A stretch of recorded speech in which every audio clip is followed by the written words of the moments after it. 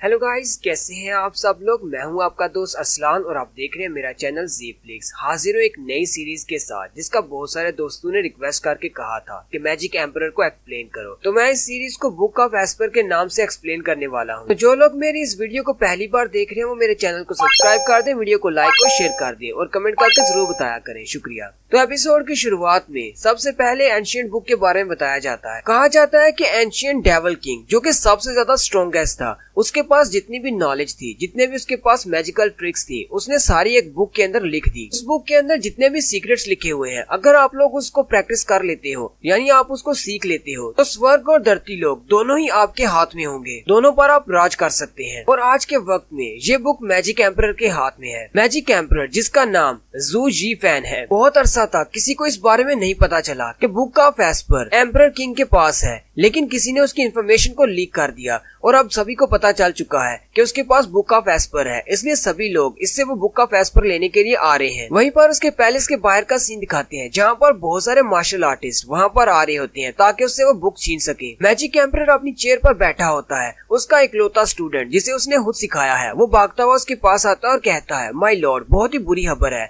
हमारे mountain troop सारे हार चुके हैं और उन्हें मार दिया गया है। मैजिक एम्परर के इकलौते स्टूडेंट का नाम जाओ चैंग होता है। जाओ चैंग कहता है, हीवन के 7 एम्परर्स यहाँ पर आने वाले हैं, मुझे लगता है कि उन्हें भी आपकी ये बुक चाहिए। मैजिक एम्परर उससे कहता है, तुम्हें डरने की जरूरत नहीं है और ना ही पैनिक होने की, क्योंकि बुक ऑफ एस्पर मेरे हाथ में है। मेरी स्ट्रेंथ उन 7 एम्परर से बहुत ज्यादा है, वो लोग चाहकर भी मुझे हरा नहीं पाएंगे। मैजिक एम्परर उठकर खड़ा हो जाता है और कहता है, अब क्योंकि उन्होंने मेरे सारे सोल्जर्स को मार दिया है, चलो फिर चलकर उनसे मिलते हैं और देखते हैं वो कितने स्ट्रॉन्ग हैं। मैजिक एम्परर जैसे ही अपने महल से बाहर निकलता है तो बाहर पूरी आर्मीज खड़ी होती हैं। वो उसे कहती हैं, तुम्हारे पास जो बुक ऑफ एस्पर है उसे हमारे हवाले कर दो और हम लोग यहाँ से चले जाएंगे। मैजिक एम्परर हंसते हुए उनसे कहता है, तुम सब लोग तो मेरे सामने कीड़े मकोड़े हो, लेकिन फिर भी तुम सब लोग मुझसे फाइट करने के लिए यहाँ पर आ गए। और साथ ही मैजिक एम्परर अटैक करने के लिए आगे बढ़ता है, बड़ी ही स्पीड के साथ उनके सेंटर में से गुजर जाता है, लेकिन सभी को मार देता है। जू जी फैन को ऊपर से आवाज आती है, उसे कहा जाता है कि हम लोग तुम्हें नहीं जाने देंगे, तुमने हमारे बहुत सारे ट्रूप्स को मार दिया है। जू जी फैन ऊपर की तरफ देखता है तो 7 एम्परर्स ऊपर आ चुके होते हैं। उनमें से एक एम्परर उसे कहता है, अभी भी तुम्हारे पास मौका है, बुक ऑफ एस्पर हमें दे दो और हम तुम्हें छोड़ देंगे। जू जी फैन उसे कहता है, मैं 8 रॉयल्स का लीडर हूँ, तुम सब लोग चाहकर भी मुझे हरा नहीं पाओगे। अगर तुम सब लोग एक साथ भी मुझ पर अटैक करते हो फिर भी मेरी पावर तुमसे ज्यादा है। साथ ही एम्परर के माथे पर निशान चमकना शुरू हो जाता है। एम्परर उनसे कहता है,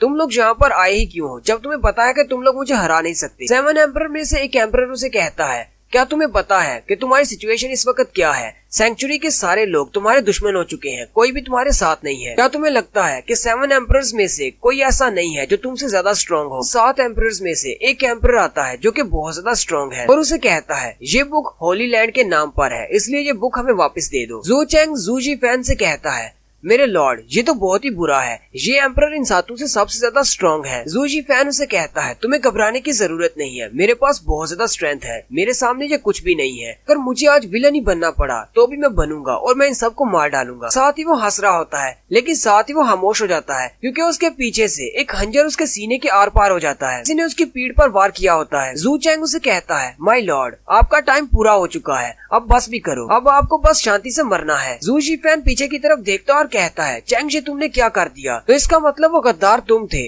जिसने बुक ऑफ एस्पर की सारी इन्फॉर्मेशन इन एम्परर्स को दी और साथ ही मेरे माउंटेन ट्रूप्स को भी तुम्ही ने मरवाया है। जब तुम एक छोटे से बच्चे थे तब मैंने तुम्हें अपने पास रखा, तुम्हें पाला पोसा और तुम्हें ट्रेनिंग दी, फिर तुमने मुझे धोखा क्यों दिया? जू चैंग उसे कहता है, माय लॉर्ड, बात तो बिल्कुल सच है कि मैं आपका स्टूडेंट हूँ, आपने मुझे पाल पोस कर बड़ा किया है, लेकिन ये बात भी सच है कि आपने मुझे कभी भी इस बुक को हाथ नहीं लगाने दिया और ना ही कभी इसे पढ़ने दिया। बुक ऑफ एस्पर को आप सिर्फ अपने लिए नहीं रख सकते। जू जी फैन उसे कहता है, क्या तुमने मुझे सिर्फ इसी वजह से धोखा दिया है कि तुम्हें मैंने बुक नहीं पढ़ने दी? चैंग उसे कहता है, आप इस बारे में जो सोचना चाहे सोच सकते हैं, लेकिन मैंने ये सब कुछ आप ही से सीखा है। जू जी फैन से कहता है, लेकिन मैंने तो तुम्हें ऐसा कुछ भी नहीं सिखाया, तुम्हारा दिमाग बहुत ही छोटा है, तुम्हें इस बात की समझ नहीं आई कि तुम किसी पर भरोसा नहीं कर पाए। हालांकि तुम मुझ पर भरोसा कर सकते थे, तुम मेरे सक्सेसर बन सकते थे, ये बुक मैं तुम्हें ही देता। और साथ ही मैजिक एम्परर हंसना शुरू कर देता है और उन सब से कहता है, अब जबकि तुम सब लोग बुक ऑफ एस्पर के पीछे हो तो मैं अपनी बॉडी के साथ साथ बुक ऑफ एस्पर को भी डिस्ट्रॉय कर दूंगा ताकि कोई भी इसे हासिल न कर पाए। 7 एम्परर्स भी पीछे हट जाते हैं और कहते हैं ये तो बहुत ही बुरी खबर है, ये अपने आप को सेल्फ डिस्ट्रक्ट करने वाला है। और साथ ही वो अपनी बॉडी को सेल्फ डिस्ट्रक्ट कर देता है। वहाँ पर एक जोरदार धमाका होता है और बुक भी उसके साथ ही डिस्ट्रॉय हो जाती है। लेकिन अगर हीरो ही मर जाएगा तो सीरीज आगे कैसे बढ़ेगी। उसी वक्त अर्थ पर दिखाते हैं कुछ लोग जमीन पर मरे पड़े होते हैं, जबकि उनके सेंटर में एक लड़का होता है और हमारे मैजिक एम्परर की आत्मा उड़ती हुई आती है और सीधी उस लड़के की बॉडी के अंदर चली जाती है और उसके माथे पर वो निशान बन जाता है जो कि मैजिक एम्परर के माथे पर था। यानी कि मैजिक एम्परर अब इसकी बॉडी में रीबॉर्न हो गया है। मैजिक एम्परर जल्दी से अपनी आंखें खोलता है और उठकर बैठ जाता है। कहता है, क्या अब ये मेरी नई बॉडी है? मैंने तो कभी सोचा भी नहीं था मुझे एक दूसरा जन्म मिलेगा, वो भी एक छोटे लड़के की बॉडी में। जू जीफेन जल्दी से उठकर खड़ा हो जाता है। उसी वक्त उसे साइड से आवाज आती है। वो उस तरफ देखता है तो वहाँ से कुछ वुल्व्स निकलते हैं और वो भागते हुए उस पर अटैक करने के लिए आगे बढ़ते हैं। लेकिन जीफेन उनकी तरफ देखता है और उन्हें घूर कर कहता है, दफा हो जाओ यहाँ से। और वो सारे वुल्व्स इतने ज्यादा डर जाते हैं कि वहाँ से वाकई में दफा हो जाते हैं। मैजिक एम्परर अब जिस लड़के की बॉडी में है उसका नाम जूफेन है। जूफेन चलता हुआ थोड़ा सा आगे जाता है तो एक दरख्त के साथ एक बंदा बैठा होता है जो कि जख्मी होता है। वो जूफेन से कहता है, जूफेन यहाँ पर आओ और मेरी हेल्प करो, मैं बहुत ज्यादा जख्मी हूँ। जूफेन उसकी तरफ देखता है और कहता है, मुझे लगता है कि मैं जिस लड़के की बॉडी में हूँ ये बंदा उसे जानता होगा,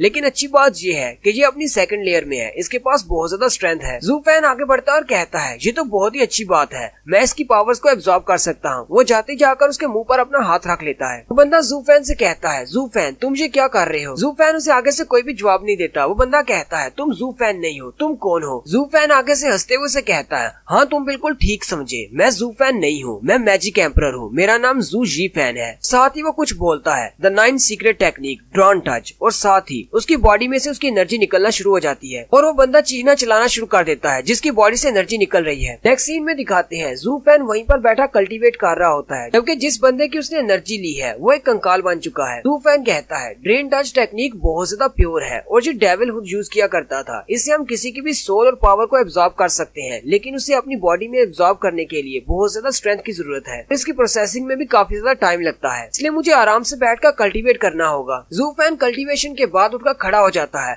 और उसी कंकाल के ऊपर जो कपड़े होते हैं वो भी उतार लेता है। जूफेन कहता है, सुबह हो चुकी है, मुझे तो पूरी रात लग गई इसकी बॉडी से निकलने वाली एनर्जी को एब्जॉर्ब करने में। साथ ही वो अपने हाथ पर कुछ इलेक्ट्रिक पावर निकालता है, सामने पड़े हुए पत्थर पर फेंक कर उसे डिस्ट्रॉय कर देता है। साथ ही वो कहता है, जू चेंग और एम्परर ऑफ स्वर्ड, मेरा इंतजार करो, मैं बहुत जल्दी वहाँ पर आऊंगा और अपना बदला लूंगा। वो चिल्लाकर कहता है, जब मैं होली लैंड में वापस आऊंगा तुम सब लोगों को मरना होगा। जूफेन कहता है, मैंने इस लड़के की बॉडी को मुकम्मल तौर पर रिपेयर कर दिया है, अब इसकी बॉडी 0 से 5th लेयर तक पहुंच चुकी है। साथ ही वो दरख्तों के ऊपर से छलांगे लगाता हुआ सामने की तरफ चला जाता है और कहता है, मुझे लगता है कि इसकी बॉडी को कल्टीवेट करने में बहुत ज्यादा टाइम लगने वाला है, इसलिए होली लैंड में अभी तो नहीं जा सकता। दरख्तों के ऊपर से कूदता हुआ जा रहा होता है कि वहीं पर उसे नीचे कुछ लोग खड़े हुए दिखाई देते हैं। वो वहीं पर रुक जाता है और उनकी बातें सुनना शुरू कर देता है। वहाँ पर नीचे 2 फैमिलीज के लोग होते हैं, एक सन फैमिली के और एक लू फैमिली के। लू फैमिली से एक लड़की और उसका छोटा भाई होते हैं, जबकि उनके साथ उनका गार्डियन भी होता है। लू फैमिली का गार्डियन दूसरी फैमिली से कहता है, सन फैमिली के लोगों, तुम लोगों ने हमें धोखा दिया है, तुम लोग ट्रेटर्स हो। सामने वाली फैमिली के मास्टर का नाम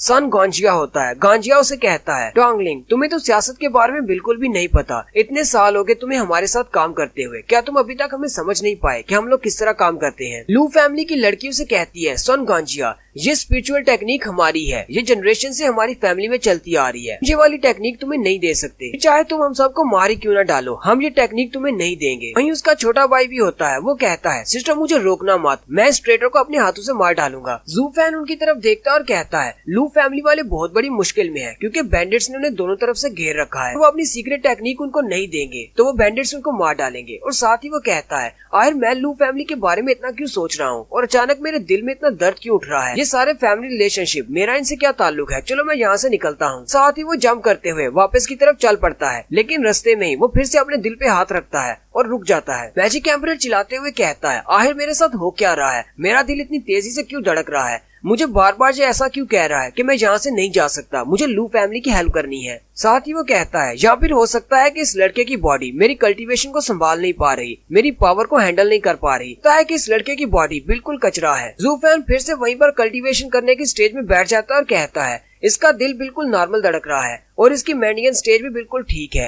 एनर्जी का फ्लो भी बिल्कुल ठीक है, सांस की रफ्तार भी बिल्कुल ठीक है। तो फिर मसला क्या है? साथ ही वो उठकर फिर से दरख्त के ऊपर जाता है। से वो इस लू फैमिली की लड़की के चेहरे को देखता है, उसका दिल फिर से नॉर्मल हो जाता है और उसकी चेस्ट में जो पेन होता है वो भी खत्म हो जाता है। वो फिर से वापस आ जाता है और कहता है आखिर यहाँ पर हो क्या रहा है? जैसे ही मैं उस लड़की को देखता हूँ मैं बिल्कुल नॉर्मल हो जाता हूँ। मैजिक एम्परर कहता है ये तो मैजिक ऑफ हार्ट है, ये वो ऐसा कर्स मैजिक है जिससे तो मैजिक एम्परर और डेविल किंग भी नहीं बच पाया। मैजिक ऑफ हार्ट हम जैसे मैजिशियंस के लिए शराब की तरह है, हम लोग अपनी मर्जी से कुछ भी नहीं कर सकते। अगर हम लोग इस मैजिक को कास्ट करने वाले की बात नहीं मानते तो हम लोग मर जाएंगे। जूफेन कहता है चलो पहले इस लड़के की मेमोरीज को देखते हैं, आखिर ये मैजिक ऑफ हार्ट है किस किस्म का और किसने इस पर कास्ट किया है। जैसे ही वो उसकी मेमोरीज देखता है, यानी जूफेन की मेमोरीज को देखता है, तो उसे पता चलता है कि जूफेन के डैड ने लू फैमिली को बचाने के लिए अपनी जान दे दी थी और उसके बाद से जूफेन लू फैमिली में ही रह रहा है। लू फैमिली वाली वो लड़की वो उसे हमेशा से प्रोटेक्ट करती आई है। जूफेन गार्डियन से कहता है मुझे भी प्रैक्टिस करवाओ, मुझे मैजिक सीखना है ताकि मैं तुम्हारी तरह एक गार्डियन बन सकूं। वो उसे कहता है तुम अभी बच्चे हो, तुम्हारे पास इतनी स्ट्रेंथ नहीं है कि तुम प्रैक्टिस कर सको, लेकिन एक दिन तुम बहुत ही अच्छे गार्डियन बनोगे।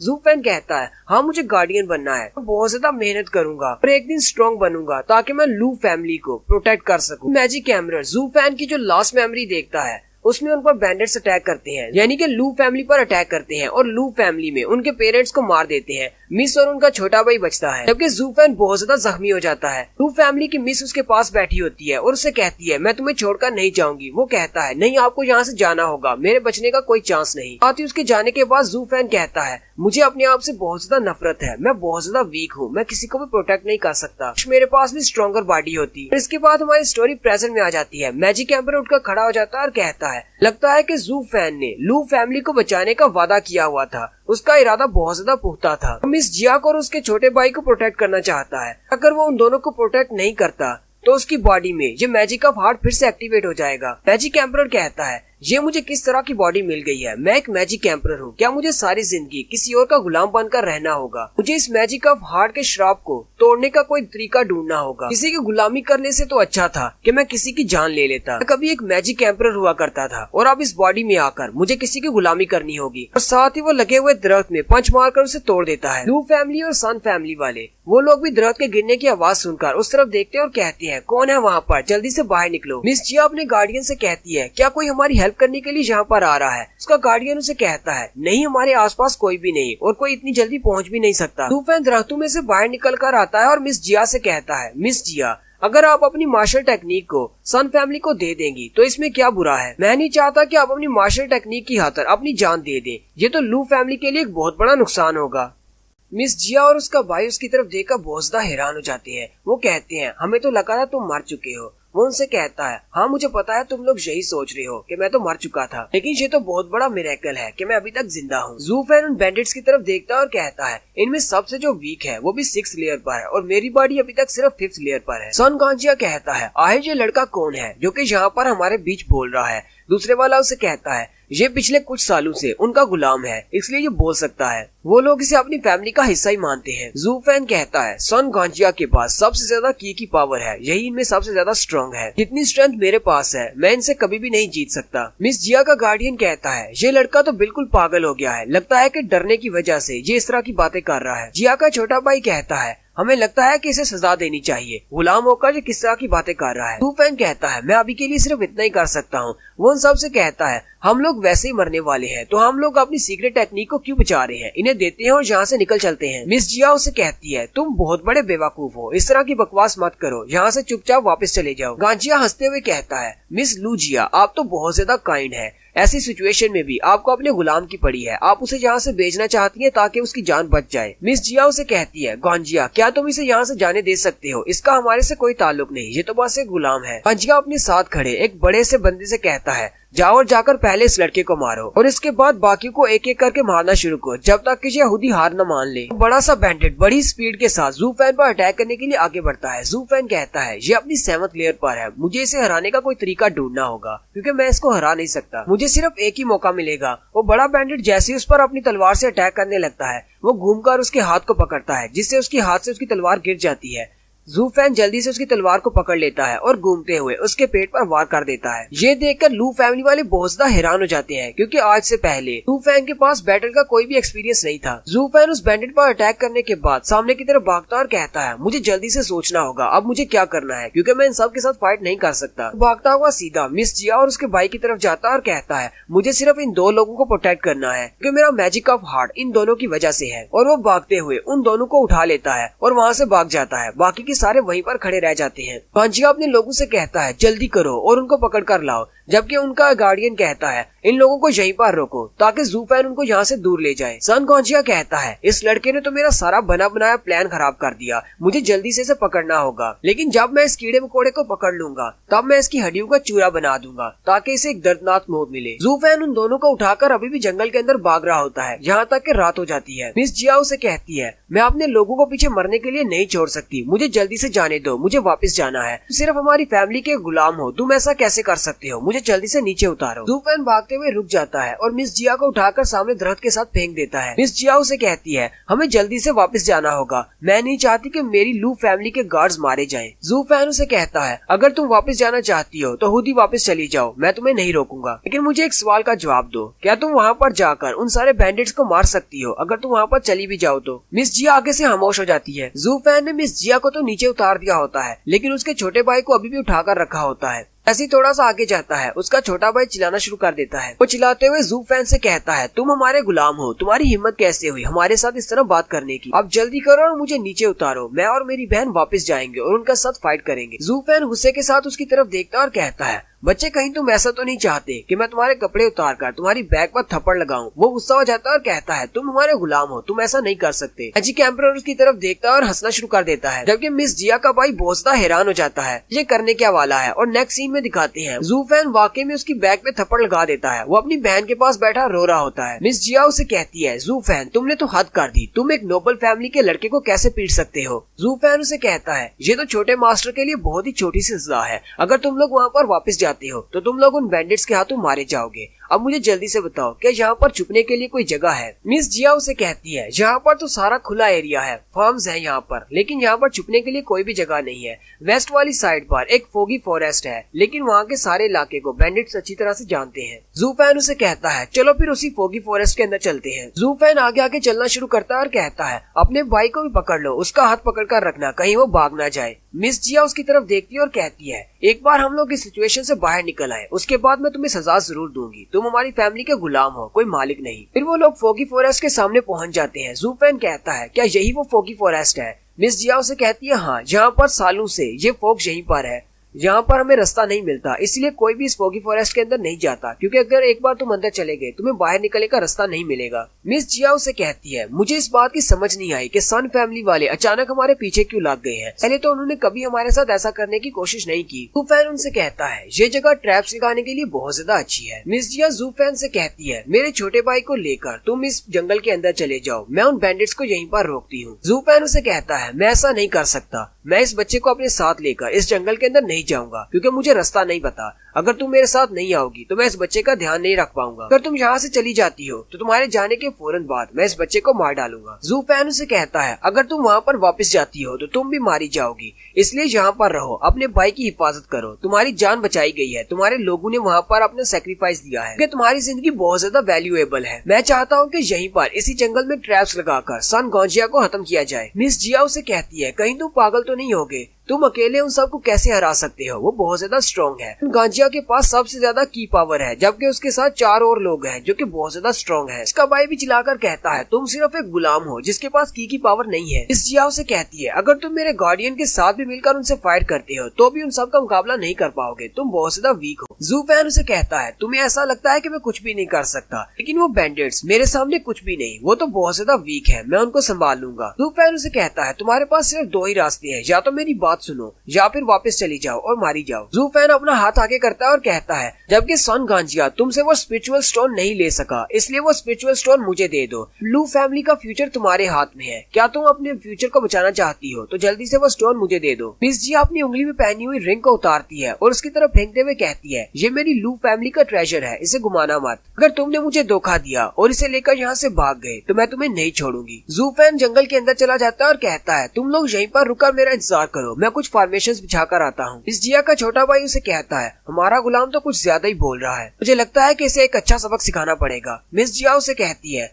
कोई बात नहीं, अगर वो कुछ ज्यादा बोल रहा है लेकिन फिर भी उसने हमारी हेल्प की है, ये कम से कम उन लोगों की तरह तो नहीं है जो कि पीछे बैठे चुपचाप बातें सुनते रहते हैं लेकिन हेल्प भी नहीं करते। जबकि मिस जिया सोच रही होती है, पता नहीं ये क्या है, लेकिन मुझे लगता है जू फैन चेंज हो चुका है। जू फैन उस फोगी फॉरेस्ट के अंदर चला जाता है और वहाँ पर अपनी फॉर्मेशन को बिछाता जा रहा होता है और उस रिंग को अपने हाथ में पकड़कर कुछ स्पेल्स बोलता है, जिससे वो रिंग चमकना शुरू हो जाती है। मिस जिया और उसका भाई जो कि क्लिफ के ऊपर खड़े होते हैं, वो दोनों ही देखकर हैरान हो जाते हैं कि फोगी फॉरेस्ट में जितनी भी फोग होती है वो सारी खत्म हो जाती है। साथ ही जू फैन भी वापस आ जाता है। मिस जिया उसे कहती है कि ये सब कुछ तुमने किया है, ये फोग कैसे गायब हुई? जू फैन उसे कहता है, पहले शांत हो जाओ, हाँ ये सब कुछ मैंने किया है, इसके लिए परेशान होने की जरूरत नहीं। जू फैन उसे कहता है, चलो मेरे पीछे इस फोगी फॉरेस्ट के अंदर आओ, मैं तुम्हें कुछ मैजिकल स्पेल सिखाता हूँ जिनकी मदद से यहाँ पर बिछे हुए ट्रैप्स को एक्टिवेट कर सकती हो और उनके आते ही उनको मार सकती हो। मिस जिया हैरान हो जाती है और कहती है, लेकिन तुम्हें मैजिकल स्पेल्स कहाँ से आते हैं? क्या तुम ऐसे ही उनको हराना चाहती हो? वो उसके पीछे पीछे चलना शुरू कर देते हैं। मिस जिया सोच रही होती है,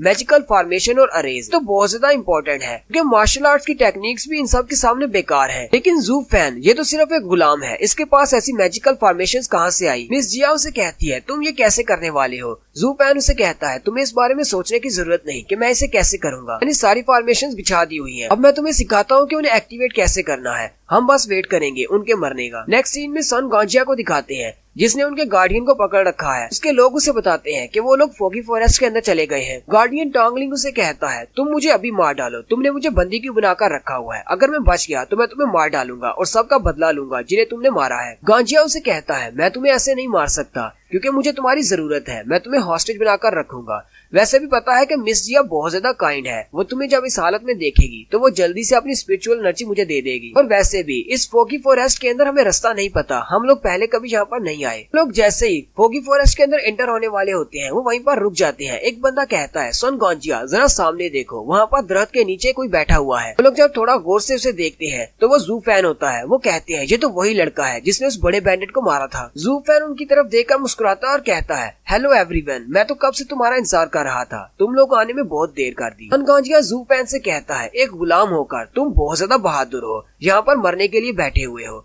वो साथ ही अपने एक बंदे से कहता है, जाओ जल्दी करो, इसे पकड़ लो और मेरे लिए मार डालो। और वो बंदा अपना वेपन लेकर उसे मारने के लिए आगे बढ़ता है, जबकि जू फैन उसकी तरफ घूर कर देख रहा होता है और साथ ही मुस्कुरा रहा होता है। और यहीं पर हमारी एपिसोड 1 का एंड होता है। कमेंट करके जरूर बताइएगा आपको एक्सप्लेनेशन कैसी लगी। चैनल को सब्सक्राइब कर दे, वीडियो को लाइक और शेयर कर दे। शुक्रिया। तो गाइज कैसे हैं आप सब लोग? तो बुक ऑफ एस्पर की सेकंड एपिसोड के साथ हाजिर हूँ। मैं सोच रहा था कि यार इसका नाम बुक ऑफ एस्पर नहीं रखना चाहिए था क्योंकि मैजिकल बुक को सिर्फ स्टार्ट में दिखाया गया है, उसके बाद उसको दिखाया नहीं जा रहा। यार नाम से क्या फर्क पड़ता है, आप सबको तो पहले से पता है कि ये सीरीज का नाम क्या है। इस सीरीज का नाम मैजिक एम्परर है, जो कि मैंने छोटा सा करके नीचे लिखा भी हुआ है। तो चलिए शुरू करते हैं इसकी सेकंड एपिसोड की एक्सप्लेनेशन। लेकिन अगर आप चैनल को बिना सब्सक्राइब किए हुए वीडियो देख रहे हैं तो यार सब्सक्राइब कर दो, कुछ भी नहीं होता, मेरा चैनल आपको काटने नहीं वाला। तो प्लीज सब्सक्राइब कर दो, वीडियो को लाइक और शेयर कर दो। शुक्रिया। तो लास्ट एपिसोड के एंड पे हमने देखा था जू फैन सामने एक दरख्त के नीचे बैठा होता है। गांजिया भी वहाँ पर पहुँच जाता है और अपने बंधु से कहता है, जाओ इस पर अटैक करो और इसे पकड़कर मेरे पास ले आओ। सन गांजिया का बंदा जैसे ही उसके करीब पहुँचता है और अपनी तलवार चलाकर उसे मारने वाला होता है, वो कहता है, मैंने लू फैमिली की मिस जिया और उसके भाई दोनों को पैरालाइज कर दिया है, अब वो दोनों मेरे कब्जे में है। गांजिया जल्दी से अपने बंदे से कहता है, रुक जाओ, इसे मत मारना, और वो वहीं पर रुक जाता है।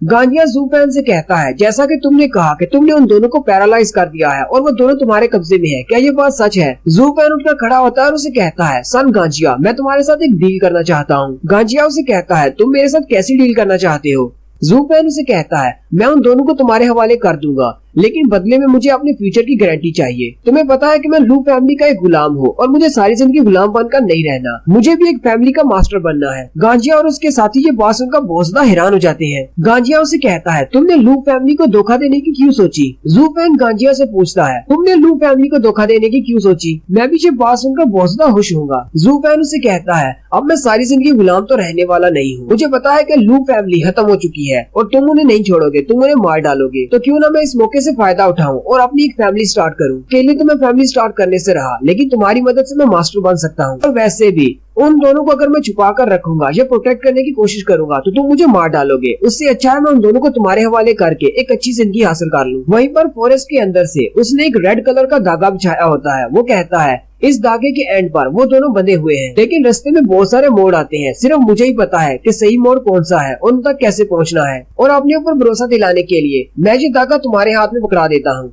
मैं तुम्हारे आगे आगे चलूंगा, तुम अपने साथियों के साथ मेरे पीछे रहना। सन गांजिया उसे कहता है, तुमने तो वाकई में बहुत ही कमाल का काम किया है। इस धागे की मदद से हम लोग इस फोगी फॉरेस्ट से बाहर भी आसानी से आ सकते हैं। गांजिया उसे कहता है, ठीक है, मुझे तुम्हारी डील मंजूर है। मैं उम्मीद करता हूँ कि तुम मुझसे झूठ नहीं बोल रहे। जू फैन उसे कहता है, मैं बिल्कुल सच कह रहा हूँ, मैं तुमसे झूठ नहीं बोल रहा। गांजिया उसे कहता है, मैं तुम्हारे सामने ये साफ साफ कह रहा हूँ, मुझे तुम पर जरा भी भरोसा नहीं, लेकिन फिर भी मैं तुम्हारे साथ जाऊंगा। और फिर साथ ही वो दोनों हंसना शुरू कर देते हैं। फिर गांजिया उसे कहता है, चलो फिर ठीक है, हमें रास्ता बताओ, तुम आगे आगे चलो। फिर वो लोग फोगी फॉरेस्ट के अंदर चले जाते हैं। टैंगलिंग जो कि लू फैमिली का गार्डियन है, वो जू फैन से कहता है, हमने तुम्हारे पर भरोसा किया, तुम्हें अपने पास जगह दी, लेकिन तुमने हमें धोखा दिया। और साथ ही वो जू गांजिया से भी कहता है, तुम भी बहुत बड़े धोखेबाज हो, तुमने भी लू फैमिली को धोखा दिया है। अगर मैंने आज मरना ही है तो मैं तुम लोगों को शराब देकर मरूंगा कि तुम्हारी आने वाली जिंदगी बिल्कुल भी अच्छी ना गुजरे। फोगी फॉरेस्ट के अंदर थोड़ी देर चलने के बाद जू फैन रुक जाता है। गांजिया उसे कहता है, तुम यहाँ पर क्यों रुक गए हो? यहाँ पर तो वो लोग नहीं है, कहाँ है वो लोग? जू फैन पीछे की तरफ घूमता है और कहता है, सन गांजिया, मैं तुम्हें यहाँ पर लेकर आया हूँ, उन दोनों को तुम्हारे हवाले करने के लिए नहीं, बल्कि ये वो जगह है जहाँ पर तुम मरने वाले हो। गांजिया जल्दी से उस पर अटैक करने के लिए आगे बढ़ता है, लेकिन जू फैन वहाँ से गायब हो जाता है। वहाँ पर लकड़ी के छोटे छोटे टुकड़े आ जाते हैं। गांजिया ये देखकर हैरान हो जाता है और अपने साथियों से कहता है, जल्दी से यहाँ से निकलने का कोई रास्ता देखो। उसके साथियों से कहते हैं, लेकिन हम लोग वापस नहीं जा सकते,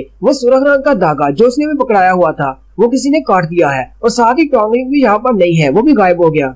गांजिया बहुत ज्यादा गुस्सा हो जाता है और जमीन पर पंच मारते हुए कहता है, तुम्हारी हिम्मत कैसे हुई मुझे धोखा देने की? इसे क्या लगता है कि मैं इस फोगी फॉरेस्ट से बाहर नहीं निकल सकता? जब मैं निकलूंगा तो मैं इसे मार डालूंगा। साथ ही वहाँ पर जितनी भी फोग होती है वो सारी सुरख कलर की हो जाती है। और जू फैन हंसते हुए उनसे कहता है, तुम मुझे कभी भी ढूंढ नहीं पाओगे और ना ही कभी मार पाओगे। गांजिया के साथी कहते हैं, आखिर यहाँ पर हो क्या रहा है? इस सारी फोग का कलर रेड कैसे हो गया? गांजिया उन सब से कहता है, अलर्ट रहना, अपने इर्द गिर्द देखते रहो। लेकिन जैसे वो पीछे की तरफ देखता है तो उसका एक भी साथी पीछे नहीं होता, वो सारे गायब हो जाते हैं। गांजिया कहता है, ऐसा कैसे हो सकता है? लगता है कि यहाँ पर कोई फॉर्मेशन बिछाई गई है। गांजिया को फौरन समझ आ जाती है। गांजिया कहता है, ये तो मैजिक है, यहाँ पर कोई मैजिकल अरे बिछाई गई है। नेक्स्ट सीन जंगल के एक दूसरे हिस्से का होता है, जहाँ पर उन्होंने एक फॉर्मेशन बनाई होती है और उस फॉर्मेशन के सेंटर में मिस जिया बैठी होती है, जबकि बाकी के तीनों भी उसके साथ ही खड़े होते हैं। जिया उस फॉर्मेशन के मैजिक को कंट्रोल कर रही होती है। जिया कहती है, मैंने कर दिया, उन सबको मैंने अलग कर दिया, एक एक करके वो सारे गायब हो गए हैं, और इसके अलावा हमने टॉन्गलिंग को भी बचा लिया है। अब आगे तुम क्या करने वाले हो? जू फैन जल्दी से आगे बढ़ता है और उसके करीब चला जाता है और कहता है, मिस जिया, अब मैं तुम्हारी हेल्प करूंगा, और साथ ही उसे पीछे से पकड़ लेता है। मिस जिया शर्माते हुए कहती है, ये तुम क्या कर रही हो? जू फैन उसे कहता है, तुम्हें घबराने की जरूरत नहीं, मैं तो बस तुम्हारी हेल्प कर रहा हूँ एक नए मैजिक को कास्ट करने में। वो उसका हाथ पकड़ता है और कहता है, जैसे जैसे मैं करता हूँ वैसे वैसे रिपीट करती जाओ और फोकस रहो, डिस्ट्रैक्ट होने की जरूरत नहीं। वो उसके हाथ को उस फॉर्मेशन के ऊपर रखता है और साथ ही अपनी पावर को उसकी पावर से मिलाते हुए एक फॉर्मेशन को एक्टिवेट करता है और कहता है, उन सबको मार डालो। उस फॉर्मेशन के अंदर से कुछ गोश्त निकलते हैं। वो सारे गोश्त उड़ते हुए सीधे उसी रेड मिस्ट की तरफ चले जाते हैं जहाँ पर गांजिया और उसके साथी हैं। उसके साथी सीन पर रीअपीयर होते हैं और वो उन गोश्त को देखकर बहुत ज्यादा हैरान हो जाते हैं और कहते हैं, ये किस किस्म के गोश्त हैं? गांजिया के दो साथी खड़े होते हैं, उनमें से एक की बॉडी के अंदर वो गोश्त चला जाता है और उसको मार देता है। दूसरे वाला बहुत ज्यादा घबरा जाता है और वहाँ से भागना शुरू कर देता है, लेकिन वो गोश्त उसके पीछे आता है और उसकी कमर के रास्ते घुसकर उसके मुंह के रास्ते बाहर निकल आता है और उसकी सोल को चुरा लेता है और वो भी मर जाता है। जबकि गांजिया वहाँ पर खड़ा ये सब कुछ देख रहा होता है। उसी वक्त एक गोश्त उसकी तरफ भी आता है। गांजिया अपने हाथ को आगे करते हुए उस गोश्त को रोकने की कोशिश करता है, लेकिन वो गोश्त उसके हाथ के जरिए उसकी बॉडी के अंदर चला जाता है। गांजिया वहीं पर चिल्लाना शुरू कर देता है और थोड़ी देर के बाद वो मुंह से ब्लड खांसते हुए जमीन पर गिर जाता है। गांजिया की आंखें लाल हो चुकी होती है। वो कहता है, ज़ू फैन तुम हो कौन, तुम हो क्या चीज। जबकि ज़ू फैन भी वहीं पर आ जाता है और उसे कहता है, जहन्नुम में जाओ और जाकर वहाँ से पूछ लेना किंग ऑफ हेल से कि मैं कौन हूँ। और साथ ही ज़ू फैन कहता है, मिट्टी से बनी हुई सारी चीजें मिट्टी में वापस चली जाती है,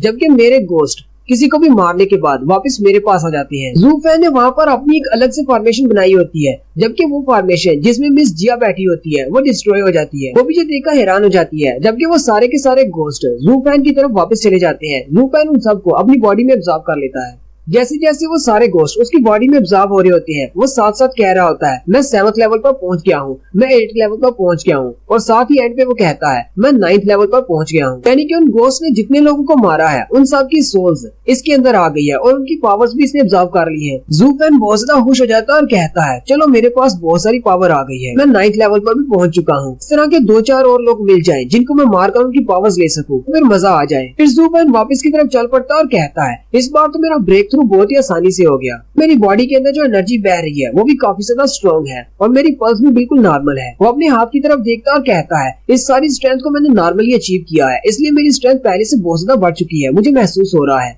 ज़ू फैन कहता है, अब जबकि मैंने एनर्जी इकट्ठी कर ली है, अब मुझे मार्शल आर्ट्स की ट्रेनिंग करना होगी ताकि मैं इस एनर्जी को यूज कर सकूं। वो तीनों भी भागते हुए वहाँ पर आ जाते हैं और कहते हैं, ज़ू फैन तुम कहाँ पर चले गए थे, वो फॉर्मेशन जो तुमने मुझे बनाकर दी थी वो डिस्ट्रॉय हो गई, पता नहीं उसे क्या हुआ। साथ ही वो कहते हैं, यहाँ पर जितनी भी फॉग थी वो सारी गायब हो गई। ज़ू फैन उससे कहता है, मुझे नहीं पता कि वो फॉर्मेशन कैसे डिस्ट्रॉय हुई, हो सकता है कि गांजिया की पावर बहुत ज्यादा थी, इस वजह से वो फॉर्मेशन खुद डिस्ट्रॉय हो गई। ज़ू फैन कहता है, मैं तो सन गांजिया और उसके दोस्तों को देखने के लिए गया था कि वो मर गया है या नहीं, और अच्छी बात ये है कि उनमें से कोई भी नहीं बचा, वो सारे मारे गए। उसी वक्त टोंगलिंग आगे बढ़ता है और उसके सामने जाकर खड़ा हो जाता है। ज़ू फैन भी उसे घूर कर देखता है कि अब ये क्या करने वाला है। टोंगलिंग जल्दी से उसके सामने घुटने टेक देता है और कहता है, प्लीज मुझे माफ कर दो, थोड़ी देर पहले मैं तुम्हारे ऊपर श्राप लगा रहा था क्योंकि मुझे नहीं पता था कि तुम हमें धोखा नहीं दे रहे, तुम तो उनके लिए ट्रैप बिछा रहे थे। अगर तुम मुझे मारना चाहते हो तो मुझे मार सकते हो, मैं आगे से तुम्हें कुछ भी नहीं कहूंगा, यहाँ तक कि अगर तुम मेरा सर काटना चाहते हो तो तुम मेरा सर भी काट सकते हो। ज़ू फैन उसकी तरफ देखता और कहता है,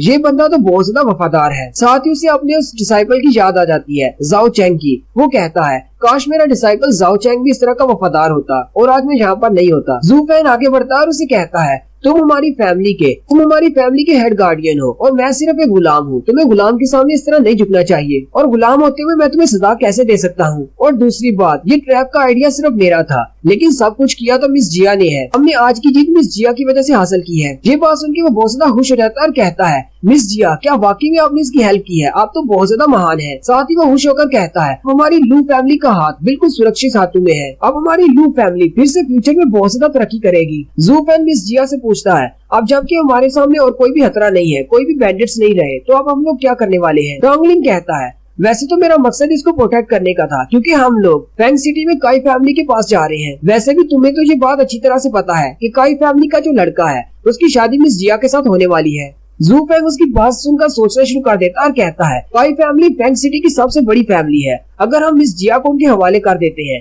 हो सकता है कि ऐसा करने से मेरा मैजिक का फाट खत्म हो जाए और मेरे ऊपर से श्राप उठ जाए, फिर मैं आजाद हो जाऊंगा, चाहे मैं जो मर्जी कर सकता हूँ। ज़ू फैन बहुत ज्यादा एक्साइटेड हो जाता है और उनसे कहता है, चलो फिर जल्दी से काई सिटी चलते हैं और मिस जिया की शादी करवाते हैं। उसी वक्त एक और केव का सीन दिखाते हैं, जहाँ पर एक बंदा एक मास्टर के पास आता है और उसे कहता है, मैं वापिस आ गया। वो उससे पूछता है, क्या सन गांजिया अपने मकसद में कामयाब हुआ या नहीं। वो उसे कहता है, नहीं, सन गांजिया मारा गया है और लू फैमिली वाले फैंग सिटी में चले गए हैं काई फैमिली के पास। वो उसे कहता है, जाओ और उन पर नजर बनाए रखो। उसके जाने के बाद वो अपनी चेयर पर से उठता है और साथ वाले रूम में चला जाता है, जहाँ पर एक मास्टर पड़े होते हैं पैरालाइज हालत में। वो उसे हाथ लगाते हुए कहता है, तुम्हारा पुराना दोस्त वहीं पर है, तुम्हारा इंतजार कर रहा है कि कब तुम वहाँ पर आओगे। जैसे ही मुझे पाम ऑफ रिटर्निंग ड्रैगन की टेक्निक मिल जाएगी, मैं तुम्हें भी उसके पास ही भेज दूंगा, फिर तुम दोनों जी भर कर मिल लेना। और साथ ही वो जोरदार कहका लगाकर हंसना शुरू कर देता है। और यहीं पर हमारी एपिसोड 2 का एंड होता है। एक्सप्लेनेशन अच्छी लगी हो तो कमेंट करके जरूर बताएं। चैनल को सब्सक्राइब कर दें, वीडियो को लाइक और शेयर कर दें। शुक्रिया।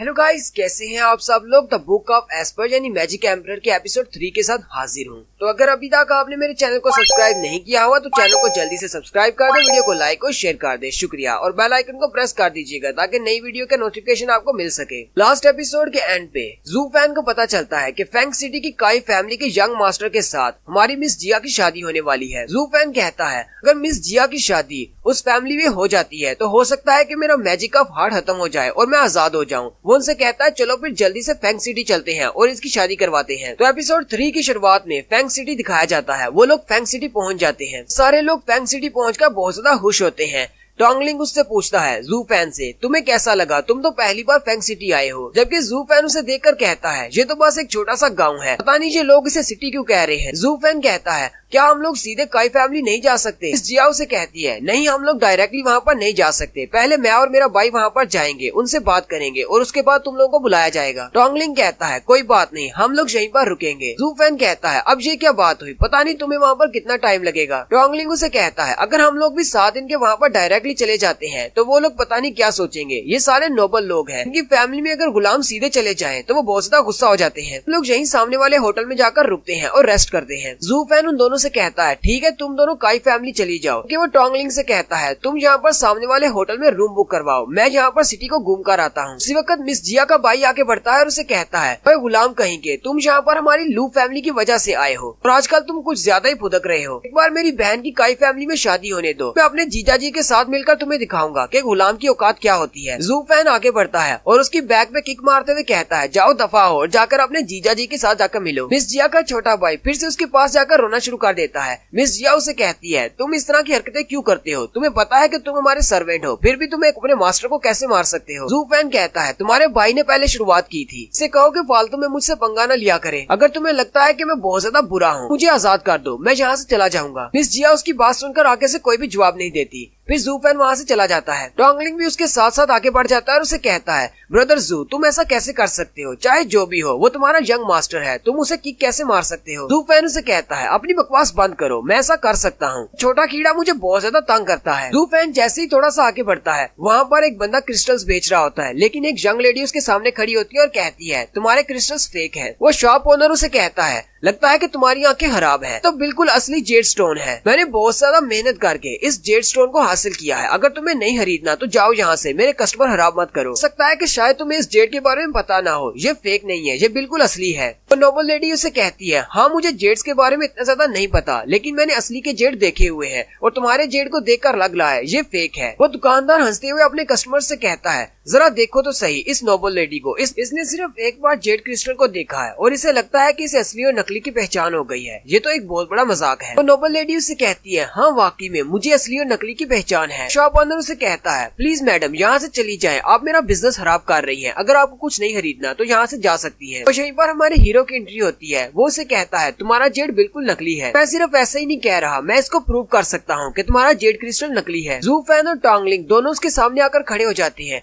जू फैन कहता है हाँ मैंने बिल्कुल ठीक कहा, तुम्हारा जेड नकली है और मैं इसको साबित भी कर सकता हूँ। वो शॉप ओनर चिल्लाकर उसे कहता है अब तुम कहाँ से आ टपके, अगर तुम साबित कर सकते हो तो साबित करके दिखाओ कि मेरा जेड नकली है। मुझे लगता है कि तुम यहाँ पर मेरा बिजनेस खराब करने के लिए आए हो, तुम तो सिर्फ ऐसे ही बकवास कर रहे हो, मेरे सारे के सारे क्रिस्टल बिल्कुल असली है। जू फैन हंसते हुए उससे कहता है अगर तुम्हें मेरी बात पर यकीन नहीं तो चलो फिर टेस्ट करके देख लेते हैं, मैं तुम्हें साबित करके दिखाता हूँ तो तुम्हारे जेड क्रिस्टल नकली है। जू फैन वहीं टेबल के ऊपर पानी का एक प्याला रख लेता है। वहाँ पर इर्द गिर्द बहुत सारे लोग इकट्ठे होते हैं। वो उन सबसे कहता है मैंने इस प्याले के अंदर नॉर्मल वाटर डाला हुआ है जो कि आप कहीं से भी ले सकते हो और इसके अंदर मैं सल्फर के टुकड़े डालने वाला हूँ, तुम अपनी जेड क्रिस्टल को मुझे दे दो, हम इस पानी में उसे डालेंगे और हमें पता चल जाएगा कि वो नकली है या असली है। शॉप ओनर से अपना जेड क्रिस्टल देते हुए कहता है चलो फिर देखते हैं। जू फैन उस क्रिस्टल को पानी के अंदर डाल देता है। क्रिस्टल का रंग पहले ग्रीन कलर का होता है, जैसे वो पानी के अंदर जाता है उसके ऊपर से उसका रंग उतरना शुरू हो जाता है और सारा पानी भी रेड कलर का हो जाता है। तो शॉप ओनर बाकी के लोग भी देखकर बहुत ज्यादा हैरान हो जाते हैं, उसका क्रिस्टल वाकई में नकली होता है। जू फैन उसे कहता है तुम सब लोगों को सरप्राइज होने की जरूरत नहीं,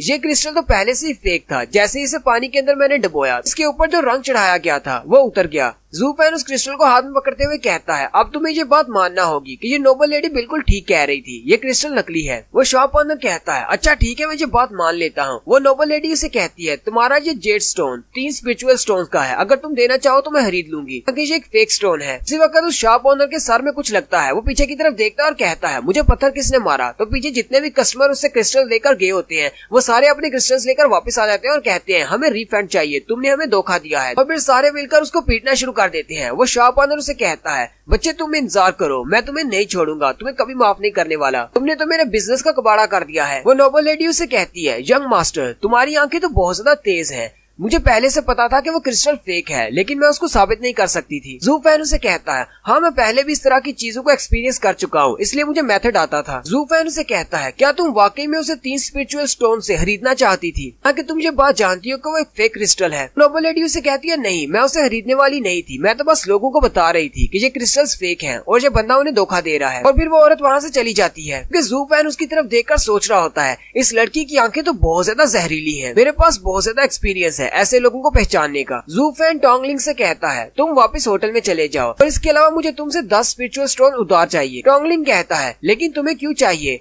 ज़ूफेन कहता है, मुझे कुछ खरीदना है। टोंगलिंग उसे अपनी पोटली में से 10 स्पिरिचुअल स्टोन्स निकाल कर देता है और साथ ही रो रहा होता है, जबकि ज़ूफेन उन स्पिरिचुअल स्टोन्स को लेकर एक बंद गली में चला जाता है, क्योंकि उसे पता होता है कि वो शॉप ओनर उसे वहीं पर मिलने वाला है। ज़ूफेन जैसे ही थोड़ा सा आगे बढ़ता है, वो शॉप ओनर निकलता है। ज़ूफेन कहता है, मैं तुम्हें ही ढूंढ रहा था। शॉप ओनर भी हैरान हो जाता है और कहता है, लेकिन तुम मुझे क्यों ढूंढ रहे थे? तुमने तो मेरे बिजनेस का कबाड़ा किया है, तुम अब यहाँ पर क्या करने के लिए आए हो? ज़ूफेन कहता है, मैं तुमसे वो जेड क्रिस्टल खरीदने के लिए आया हूँ, थोड़ी देर पहले जिसे मैंने नकली साबित किया था। मैं तुमसे वो स्टोन खरीद लूंगा, मैं तुम्हें 10 स्पिरिचुअल स्टोन्स दूंगा। 10 स्पिरिचुअल स्टोन्स का सुनकर वो शॉप ओनर भी हैरान हो जाता है। शॉप ओनर उसे कहता है, जबकि तुम्हें पता है कि ये क्रिस्टल नकली है, फिर भी तुम इसे खरीदना चाहते हो, वो भी 10 स्पिरिचुअल स्टोन देकर, तुम्हारा दिमाग तो नहीं खराब हो गया? ज़ूफेन उसे कहता है, हालांकि ये क्रिस्टल नकली है, लेकिन मेरे लिए फिर भी काम का है, क्या पता मैं इसे तुमसे भी ज्यादा महंगी प्राइस में बेच सकूं, यानी मैं 10 का खरीद कर शायद इसे 50 में बेच सकूं। वो शॉप ओनर उसे कहता है, अच्छा ठीक है, इसका मतलब तुम भी बिजनेस करना चाहते हो, मैं तुम्हें ये क्रिस्टल दे तो सकता हूँ, लेकिन एक मसला है। क्या तुम्हें पता है कि तुम्हारी वजह से मुझे कितना ज्यादा नुकसान हुआ है? मैंने जितने भी क्रिस्टल्स बेचे थे वो सारे लोग वापस करवा गए हैं और अपने पैसे उन्होंने वापस ले लिए, मेरा सारा बिजनेस ठप हो गया और लोगों ने मुझे पीटा भी है। 10 स्पिरिचुअल स्टोन्स तो इसके लिए बहुत ज्यादा कम है, मुझे बहुत ज्यादा चाहिए। ज़ूफेन उसे कहता है, फिर तुम्हें कितने स्पिरिचुअल स्टोन्स चाहिए? शॉप ओनर को से कहता है, मुझे स्पिरिचुअल स्टोन नहीं चाहिए, मुझे तुम्हारी जिंदगी चाहिए। और साथ ही गली में और भी गुंडे निकल आते हैं। ज़ूफेन उसे कहता है, मैं तो यहाँ पर तुम्हारे साथ बिजनेस करने के लिए आया था, लेकिन तुम्हारा इरादा तो कुछ और ही लगता है। वो हंसते हुए कहता है, तुम अपनी बकवास बंद करो, मैं तुम्हारे साथ बिजनेस नहीं करने वाला, तुम्हारी वजह से मेरा बिजनेस ठप हो गया, मैं तो तुमसे इसका बदला लूंगा और तुम्हें इसके लिए अपनी जान देना होगी, मैं तुम्हें मार डालूंगा। ज़ूफेन आगे बढ़ता है और कहता है, तो इसका मतलब हमारी बिजनेस डील यहीं पर खत्म होती है, चलो फिर शुरू करते हैं। साथ ही वो अपने पास से वही गोश्त निकालता है जो कि सोल को चुरा लेते हैं। शॉप ओनर के साथ जितने भी गुंडे होते हैं वो उसको मारने के लिए आगे बढ़ते हैं, लेकिन वो उसके गोश्त को देखकर बहुत ज्यादा डर जाते हैं। ज़ूफेन चलता हुआ आगे बढ़ जाता है और उसके हाथ से वो क्रिस्टल ले लेता है और कहता है, तुम इस काबिल नहीं हो कि मुझे मार सको।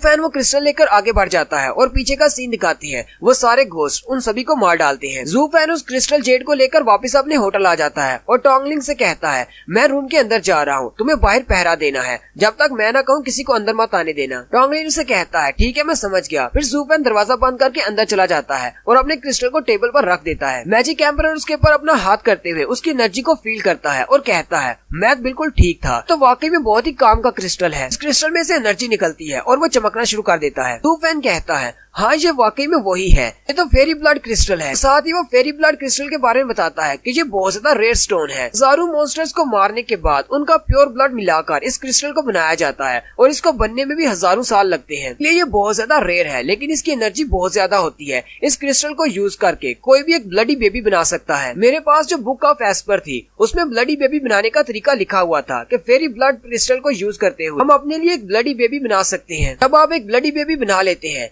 तो अपनी पावर से वो किसी को भी मार सकता है। ब्लडी बेबी इतना ज्यादा पावरफुल है कि वो होली लैंड में भी कल्टीवेट कर सकता है। 7 एम्परर्स भी उसके सामने कुछ नहीं है, वो भी उसको गुस्सा नहीं दिलाना चाहेंगे। इसको एक्टिवेट करने के लिए मुझे अपने ब्लड की जरूरत होगी। वो अपनी क्लाई को काटता है और अपने ब्लड को क्रिस्टल पर डालना शुरू करता है। ज़ूफेन कहता है, मुझे तो यकीन नहीं हो रहा, मैं इतना ज्यादा लकी हूँ, मुझे एक फेरी ब्लड क्रिस्टल मिल गया है। ज़ूफेन कहता है, द बुक ऑफ एस्पर के सीक्रेट के मुताबिक कोई ब्लडी बेबी बनाना चाहता है तो उसे अपनी बॉडी का फ्रेश ब्लड स्टोन के ऊपर डालना होगा, यहाँ तक कि ये क्रिस्टल एक्टिवेट एक्टिवेट ना हो जाए और इसके अंदर से उसे ब्लडी बेबी की हार्ट बीट महसूस होना शुरू हो जाए, लेकिन तब तक हमें इसके ऊपर ब्लड डालते रहना है। जू फैन कहता है मैंने अपना बहुत ज्यादा ब्लड जाया कर दिया है, अभी मुझे बहुत ज्यादा वीकनेस हो रही है। जू फैन कहता है मुझे इस क्रिस्टल को एक्टिवेट करके अपने लिए एक ब्लडी बेबी बनाना होगा, मुझे इसके ऊपर ब्लड डालते रहना है क्योंकि मुझे दूसरा मौका नहीं मिलने वाला। कि अगर एक बार आप इसके ऊपर ब्लड डालना शुरू करते हैं तो जब तक ब्लडी बेबी बन नहीं जाता आप इसके ऊपर ब्लड डालना रोक नहीं सकते। अगर ऐसा करेंगे तो आप दोबारा इसके ऊपर ब्लड नहीं डाल पाएंगे, क्रिस्टल कभी भी दोबारा एक्टिवेट नहीं हो पाएगा। लेकिन जू फैन का बहुत ज्यादा ब्लड निकल चुका है, इसी वजह से वो बहुत ज्यादा थका हुआ है और उसे चक्कर भी आ रहे हैं और उसके मुंह से ब्लड निकलता है और कहता है अब मैं और नहीं कर सकता, अगर मैंने और ज्यादा ब्लड डाला तो मैं खुद भी मर जाऊंगा। मुझे लगता है कि मुझे यहीं पर हार मान लेनी चाहिए।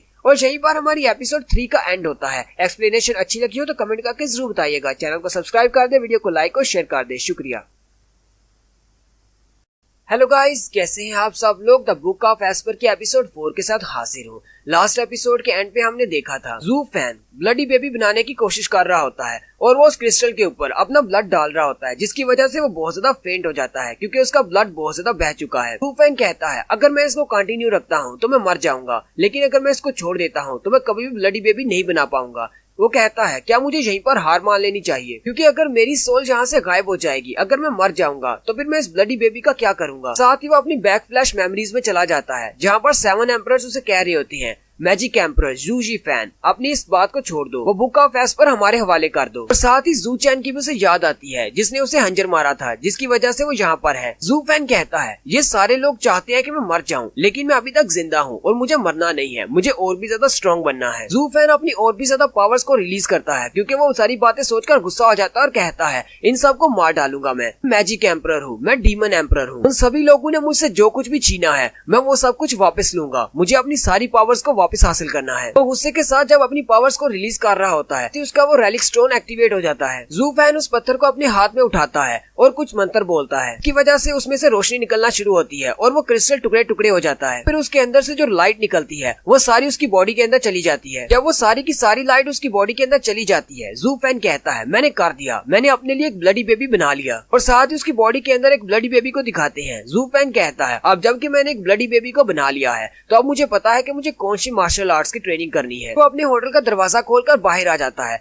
जबकि टोंगलिंग अभी भी बाहर ही बैठा होता है। वो उसे कहता है तो तुम फाइनली बाहर आ ही गए। टोंगलिंग उसे कहता है काई फैमिली वाले यहाँ पर आए हुए थे, वो कह रहे थे कि हम लोग काई फैमिली आ सकते हैं, लेकिन तुम क्योंकि बिजी थे इसलिए मैंने तुम्हें डिस्टर्ब नहीं किया। जू फैन उसे कहता है मुझे एक बात तो बताओ, क्या तुम पिछले 10 दिन से यहीं पर गार्ड कर रहे हो। टोंगलिंग उसे कहता है हाँ तुम्ही ने तो कहा था कि दरवाजे के बाहर पहरा देना है, किसी को भी अंदर मत आने देना, मैं पिछले 10 दिन से यहीं पर खड़ा हूँ। जू फैन हंसते हुए कहता है तुम तो बहुत ज्यादा अच्छे हो, तुम्हारा बहुत बहुत शुक्रिया, तुमने बहुत ही मेहनत की है। टोंगलिंग उसे कहता है अगर तुम्हें कोई मसला नहीं है तो फिर यहाँ से जल्दी से चलते हैं और काई फैमिली के मेंशन जाकर अपनी यंग लेडी से मिलते हैं। मिस जिया और यंग मास्टर वहाँ पर काफी दिनों से हमारा इंतजार कर रहे हैं। टोंगलिंग जैसे ही आगे आगे चलने लगता है जू फैन उसे कहता है क्या तुम मुझसे ये नहीं पूछोगे कि 10 दिन तक मैं कमरे के अंदर क्या करता रहा हूँ। टोंगलिंग उसे कहता है नहीं ये तुम्हारा अपना काम था, मैं तुमसे इस बारे में क्यों पूछूंगा, मुझे पता है जब तुम बताना चाहोगे तुम खुद ही मुझे बता दोगे तुम अंदर क्या कर रहे थे। चलो अब जल्दी से काई फैमिली चलते हैं, यंग लेडी वहाँ पर इंतजार कर रही है। जू फैन उसकी बात सुनकर मुस्कुराता है और कहता है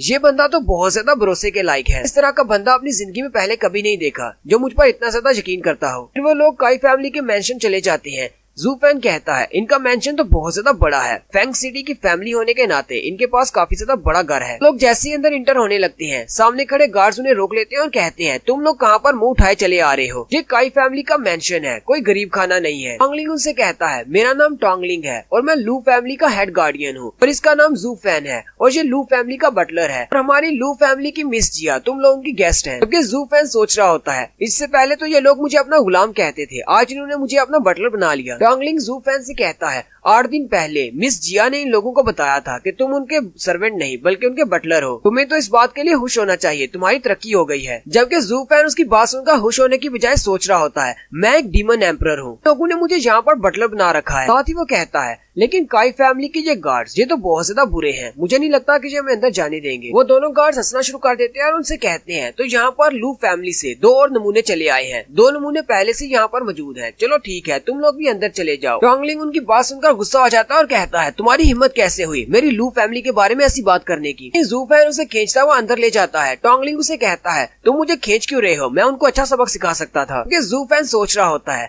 नौकरों के एटीट्यूड को देखकर लगता है कि उनका मालिक कैसा होगा। जू फैन कहता है अगर उन्होंने हमारे साथ इस तरह बिहेव किया है तो यंग लेडी मिस जिया के साथ भी ऐसे ही कर रहे होंगे। मुझे नहीं लगता कि काई फैमिली अब लू फैमिली के लिए सेफ है। टोंगलिंग और जू फैन सामने एक टूटे हुए घर की तरफ जाते हैं। वो कहते हैं ऐसा कैसे हो सकता है, ये लोग तो बहुत ज्यादा बुरे हैं। लू फैमिली के यंग मास्टर को इन्होंने यहाँ पर रखा हुआ है, हम लोग यहाँ पर इनके गेस्ट बनकर आए हैं और उन्हें हमारे यंग मास्टर को देखो कितने बुरे घर में रखा है। जू फैन कहता है इन्होंने तो हमारे यंग मास्टर को जिस कंडीशन में रखा हुआ है ये तो इंसानियत के भी खिलाफ है। इन्हें तो बिल्कुल गुलामों की तरह इन्हें यहाँ पर रखा हुआ है, जबकि ये लोग नॉर्मल फैमिली से हैं। लोग जैसे ही उस टूटे फूटे हट के अंदर जाते हैं तो यंग मास्टर वहाँ पर मुंह लटकाए बैठा होता है। टोंगलिंग जल्दी से अंदर जाता है और कहता है यंग मास्टर जुनहाई आप यहाँ पर क्या कर रहे हैं, क्या आप ठीक हैं? वो भी उसे देखकर बहुत ज्यादा खुश हो जाता है। जुनहाई भागता हुआ आता है और टोंगलिंग के साथ लिपट जाता है और रोना शुरू कर देता है। टोंगलिंग उसे कहता है प्लीज मुझे माफ कर दे, मुझे यहाँ पर आने में देर हो गई। जू फैन उसे कहता है बच्चे तुम्हारी बहन कहाँ पर है? जुनहाई उसे कहता है मेरी बहन काई फैमिली के यंग मास्टर को देखने के लिए गई है। काई फैमिली के लीडर ने कहा है कि यंग मास्टर के पास जाओ और उसे जाकर कहो कि तुम ये शादी नहीं करना चाहती। जू फैन गुस्सा हो जाता है और कहता है इनका एटीट्यूड तो बहुत ज्यादा बुरा है, ये तो अपनी बेइज्जती करवाने के बराबर है। इस जिया खुद जाकर यंग मास्टर से कहे कि वो ये शादी नहीं करना चाहती। जू फैन जल्दी से जुनहाई का हाथ पकड़ता है और कहता है चलो मुझे जल्दी से अपनी बहन के पास लेकर चलो। जू फैन बहुत ज्यादा गुस्से में होता है और कहता है इन लोगों की हिम्मत कैसे हुई मेरी लू फैमिली के साथ पंगा लेने की। नेक्स्ट सीन काई फैमिली के गार्डन का दिखाया जाता है जहाँ पर यंग मास्टर एक लड़की के साथ खेल रहा होता है कि मिस जिया भी वहाँ पर आ जाती है। मिस जिया उसे कहती है जाओटिंग मुझे तुमसे बात करनी है। वो उसे कहता है मिस जिया मैंने तुमसे पहले ही कह दिया था कि हमारा तुमसे कोई ताल्लुक नहीं, तो तुम मेरी फियांसे भी नहीं हो, तुम्हें इस बात की समझ क्यों नहीं आती? अब चुपचाप यहाँ से वापस क्यों नहीं चली जाती? अब मैं सिर्फ इस लड़की से प्यार करता हूँ, इसका नाम मिस जुन है। मिस जुन भी उसे कहती है क्या तुम्हें समझ नहीं आ रही? उसने तुम्हें साफ साफ कह दिया है कि वो तुम्हें पसंद नहीं करता बल्कि वो मुझसे प्यार करता है। अब तुम यहाँ से दफा क्यों नहीं हो जाती? साथ ही वो दोनों हंसना शुरू कर देते हैं। मिस जिया उसे कहती है लेकिन तुम ऐसा कैसे कर सकती हो, तुम इस शादी को कैंसिल कैसे कर सकते हो? क्या तुम्हें याद नहीं हम दोनों की ब्यूटीफुल मेमोरीज जो हम दोनों ने वक्त साथ गुजारा है, हम दोनों फैमिलीज कितनी अच्छे से रहती थी। जाओटिंग उसे कहता है अब मुझे पता है कि लू फैमिली मुश्किल में है और तुम चाहती हो कि तुम मुझसे शादी करके अपनी लू फैमिली की हेल्प कर लो। तुम्हारी लू फैमिली का मसला, इसका मुझसे कोई ताल्लुक नहीं, इसलिए यहाँ से चली जाओ, मैं तुम्हारी लू फैमिली की हेल्प नहीं कर सकता। मिस जिया फिर से उसे कहती है क्या तुम ये सारी बातें भूल चुके हो? हम दोनों इकट्ठे बड़े हुए हैं, इकट्ठे खेलते कूदते रहे हैं, मैं तुमसे भीख मांगती हूँ, प्लीज मेरी लू फैमिली की हेल्प कर दो। उसी वक्त मिस जून आगे बढ़ती है और मिस जिया के चेहरे पर एक जोरदार थप्पड़ मारती है। उसे कहती है कमीनी तुझे समझ क्यों नहीं आती? मैंने तुझसे कहा ना कि यहाँ से दफा हो जाओ, जाओटिंग अब सिर्फ मेरा है। साथ ही वो गुस्से के साथ जाओटिंग से कहती है अगर फ्यूचर में मैंने तुम्हें इस लड़की के साथ देख लिया तो मैं तुम्हें भी नहीं छोड़ूंगी, इसलिए इस लड़की से दूर रहना। जाओटिंग उसे कहता है तुम्हें परेशान होने की जरूरत नहीं, मेरी आंखों में सिर्फ तुम ही बसी हुई हो, मैं सिर्फ तुमसे प्यार करता हूँ, बाकी सारी औरतें तो मेरी आंखों में सिर्फ कचरे की तरह हैं। मिस जिया रोना शुरू कर देती है और कहती है अब मैं क्या करूँ, अब मैं अपनी लू फैमिली को बचाने के लिए क्या कर सकती हूँ? मैं तो किसी के सामने भी अपने घुटने टेकने को तैयार हूँ। मिस जिया जैसे ही अपने घुटने टेक कर उनसे मदद की भीख मांगने लगती है, वहीं पर जू फैन आ जाता है और वो आते ही उन दोनों के चेहरे पर डबल स्लैप लगाता है, यानी कि जाओटिंग और मिस जून दोनों के चेहरे पर एक एक थप्पड़ लगाता है। वो दोनों ही अपने चेहरे पे हाथ रखकर खड़े हो जाते हैं और कहते हैं अब तू कौन आ गया? जाओ फैन उनसे कहता है कमीनो तुम्हारी हिम्मत कैसे हुई मेरी लू फैमिली की मिस जिया पर अटैक करने की? जाओटिंग सोच रहा होता है इस लड़के की एज तो मेरे जितनी होगी लेकिन इसकी स्पीड बहुत ज्यादा है। मैं और मिस जून हम दोनों भी काफी ज्यादा स्ट्रॉन्ग हैं, लेकिन ये तो हमसे भी ज्यादा स्ट्रॉन्ग है। हम लोग नोबल्स हैं और फिर भी इसने हमारे चेहरे पर आकर थप्पड़ मार दिया। क्योंकि जू फैन यानी कि डीमन एम्परर खुद भी ये सोच रहा होता है आखिर मैं यहाँ पर कर क्या रहा हूँ, मैं इस लड़की के लिए ये सब कुछ क्यों कर रहा हूँ? हालांकि मैंने अपनी पास्ट लाइफ में बहुत सारे लोगों को मारा है लेकिन कभी भी मुझे ऐसा कभी महसूस नहीं हुआ। ये तो इस कर्स मैजिक की वजह से है, द मैजिक ऑफ हार्ट की वजह से, जो मैं इस लड़की के लिए महसूस कर रहा हूँ। पता नहीं कब मैं इस लड़के की बॉडी से फ्री होऊंगा। अब इस लड़की की काई फैमिली में शादी नहीं होने वाली, लगता है कि मुझे इस कर्स मैजिक के साथ और भी कुछ दिन गुजारना पड़ेंगे। जू फैन आगे बढ़ता है और उसके आंसू पहुँचते हुए उसे कहता है चलो मेरे साथ, और उसे उठाकर साथ चल पड़ता है। मिस जून चिल्लाकर उसे कहती है वहीं पर रुक जाओ, तुम्हें क्या लगता है कि तुम लोग यहाँ पर हमें थप्पड़ मारकर यहाँ से आसानी से जा सकते हो? मिस जिया उसे कहती है तो अब तुम्हें क्या चाहिए? मिस जून उसे कहती है ये तो बहुत ही आसान है, तुम्हें मेरे सामने घुटने टेक कर जमीन पर अपना नाक रगड़ना होगा, वो भी 3 बार, तो मैं तुम्हें यहाँ से जाने दूंगी, और खास तौर पर इस लड़के को जिसने मुझे थप्पड़ मारा है। मिस जिया उसे कहती है तुम कुछ ज्यादा ही बोल रही हो, लोग ऐसा नहीं करेंगे। जाओटिंग भी उसे कहता है तुम्हें ऐसा करना पड़ेगा, तुम अपनी फैमिली का नाम क्यों खराब कर रही हो, जल्दी से ऐसा कर दो वरना तुम यहाँ से नहीं जा पाओगी। और साथ ही वो उसे धमकी देते हुए कहता है तुम्हें ये बात नहीं भूलनी चाहिए, तुम यहाँ पर अकेली नहीं हो, तुम्हारा छोटा भाई भी तुम्हारे साथ है, तुम्हारी वजह से वो भी मारा जाएगा। ये बात सुन के मिस जिया बहुत ज्यादा घबरा जाती है। टोंगलिंग उसे कहता है तुम लोग बहुत ज्यादा बुरे हो, हम लोग ऐसा नहीं करेंगे। जबकि मिस जिया अपने छोटे भाई को गले से लगाते हुए कहती है मैं अपने भाई के लिए कुछ भी करूंगी। ये सुन के वो दोनों बहुत ज्यादा खुश हो जाते हैं, लेकिन जू फैन गुस्सा हो जाता है और बड़ी स्पीड के साथ उन पर अटैक करने के लिए आगे बढ़ता है। जू फैन उन दोनों के चेहरे पे अपना हाथ रखते हुए उन दोनों के सर को नीचे जमीन में दबा देता है और कहता है अब तुम दोनों अपने घुटनों पर हो और नाक रगड़ो। इस बात से मिस जुन बहुत ज्यादा गुस्सा होती है। वो दोनों उसके सामने घुटने टेक कर बैठी होती है, जबकि जू फैन उन दोनों के सामने खड़ा होता है। मिस जुन उसे कहती है अब अगर तुम सब लोग मिलकर मेरे सामने घुटने टेक कर माफी भी मांगोगे, मैं तुम सब लोगों को यहाँ से नहीं जाने दूंगी। जू फैन को उसकी बात सुनकर फिर से गुस्सा आता है और वो किक मारते हुए जाओ टिंग को पीछे की तरफ फेंकता है, जो कि मिस जुन के साथ टकराता है। लू फैमिली के तीनों लोग ये देखकर बहुत ज्यादा हैरान परेशान होते हैं कि ये कर क्या रहा है। जू फैन उनसे कहता है तुम लोगों को क्या लगता है कि मैं तुम्हारे सामने घुटने टेकूंगा? तुम लोग इस लायक नहीं हो। इसी वक्त काई फैमिली के लीडर बाहर निकल आते हैं और कहते हैं मेरी फैमिली के साथ किसने पंगा लेने की कोशिश की है, कौन है वो? मिस जिया, टोंगलिंग और जुनहाई वहाँ पर उसे देखकर बहुत ज्यादा हैरान हो जाते हैं। और यहीं पर हमारी एपिसोड 4 का एंड होता है। एक्सप्लेनेशन अच्छी लगी हो तो कमेंट करके जरूर बताएं। चैनल को सब्सक्राइब कर दे, वीडियो को लाइक और शेयर कर दे। शुक्रिया। हेलो गाइस, कैसे हैं आप सब लोग? द बुक ऑफ एस्पर की एपिसोड 5 के साथ हाजिर हूँ। अगर अभी तक आपने मेरे चैनल को सब्सक्राइब नहीं किया हुआ तो चैनल को सब्सक्राइब कर दे, वीडियो को लाइक और शेयर कर दे। शुक्रिया। लास्ट एपिसोड के एंड पे हमने देखा था काई फैमिली के लीडर वहाँ पर आ जाते हैं और उन सब से कहते हैं मेरे बच्चे को किसने मारा है। जाओ टिंग अपने फादर को देखकर बहुत ज्यादा खुश हो जाता है और कहता है शुक्र है फादर आप यहाँ पर आ गए, इस लड़के ने मुझे बहुत ज्यादा पीटा है। उसके फादर जू फैन की तरफ देखते हैं, जबकि जू फैन उनकी तरफ देखता है और कहता है तुम तो अपनी 8 लेयर में हो। जाओ टिंग के फादर हैरान हो जाते हैं और कहते हैं ये मेरी कल्टीवेशन के बारे में कैसे जान सकता है? सिर्फ एक बार देखने पर इसे पता चल गया कि मैं 8वीं लेयर में हूँ। लीडर उसे कहते हैं लगता है कि तुम्हारी आंखें बहुत ज्यादा तेज हैं, तुम कौन हो? जू फैन उसे कहता है मैं लू फैमिली का बटलर हूँ, मेरा नाम जू फैन है। जाओ टिंग के डैड सोच रहे होते हैं मैंने सुना था कि लू फैमिली वाले अपने लिए एक बटलर ढूंढ रहे हैं, लेकिन मुझे ये नहीं पता था कि उनका बटलर इतना ज्यादा यंग है और ऊपर से ये बहुत ज्यादा मिस्टीरियस भी है। मुझे इस तरह के किसी बच्चे से पंगा नहीं लेना जो कि बहुत ज्यादा स्ट्रॉन्ग हो सकता है। साथ ही वो कहता है लेकिन मुझे डरने की क्या जरूरत है, मेरे साथ भी एक पावर हाउस है, मिस जून की फैमिली मुझे सपोर्ट करेगी। मिस जून आगे बढ़ती है और अंकल काई से कहती है अंकल काई आपको इन सब को सजा देनी होगी, इसने मुझे थप्पड़ मारा है। अंकल काई उसके सर पे हाथ रखते हैं और कहते हैं तुम्हें डरने की जरूरत नहीं, मैं यहाँ पर आ गया हूँ, मैं सब कुछ संभाल लूंगा। मास्टर काई मिस जिया से कहते हैं मैं तुम्हारी फैमिली के साथ बहुत ज्यादा अच्छे से पेश आया, उनके मरने के बाद मैंने तुम्हारे साथ भी अच्छे से पेश आया और तुम्हारे भाई का भी ख्याल रखा, लेकिन मुझे लगता है कि आगे से तुम मेरे साथ अच्छे से पेश नहीं आ रही। जू फैन मिस जिया के पास चला जाता है और मास्टर काई से कहता है लगता है कि आपका दिमाग खराब हो गया है, कुछ ज्यादा ही बुढ़े हो गए हैं जो आपको इतनी भी समझ नहीं आ रही कि आप एक छोटी लड़की को तंग कर रहे हैं। जू फैन मिस जिया के सामने खड़ा हो जाता है और मास्टर काई से कहता है अगर तुम्हें इससे कुछ कहना है तो इसकी बजाय मुझसे कहो। और रही बात तुम्हारे अच्छे होने की, वो तो हम सबको पता है कि तुम कितने ज्यादा अच्छे हो, इसलिए नाटक करने की जरूरत नहीं है। तुमने मैरिज कॉन्ट्रैक्ट को कैंसिल कर दिया है, अब हमारा तुम्हारी फैमिली के साथ कोई ताल्लुक नहीं। मास्टर काई उसे कहते हैं हाँ ठीक है, तुम तो काफी ज्यादा समझदार लगते हो।